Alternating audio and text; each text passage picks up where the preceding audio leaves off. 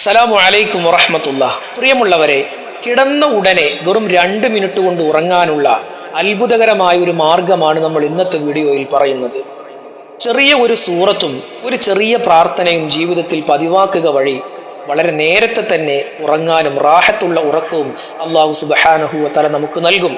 നമ്മുടെ ജീവിതത്തിൽ ഏറ്റവും പ്രധാനപ്പെട്ട ഒരു കാര്യമാണ് ഉറക്കം എന്നത്. നല്ല ഉറക്കം ലഭിച്ചാൽ പിറ്റേ ദിവസം നല്ല ഉന്മേഷവും നല്ല സന്തോഷവും നല്ല റാഹത്തും ലഭിക്കും.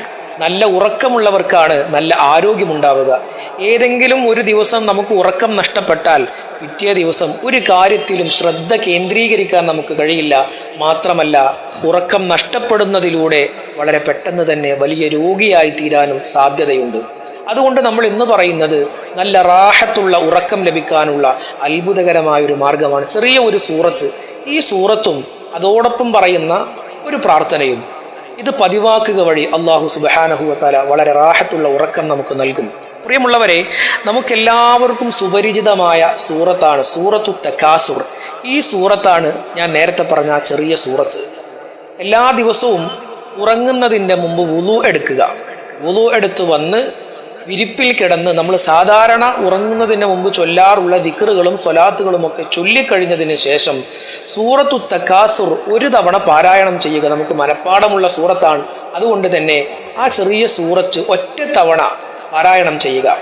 അതിനുശേഷം ഞാൻ ഇപ്പോൾ പറയുന്ന ഈ പ്രാർത്ഥന മനഃപ്പാടമാക്കിയിട്ട് ഈ പ്രാർത്ഥനയും ഒരു തവണ ചൊല്ലുക.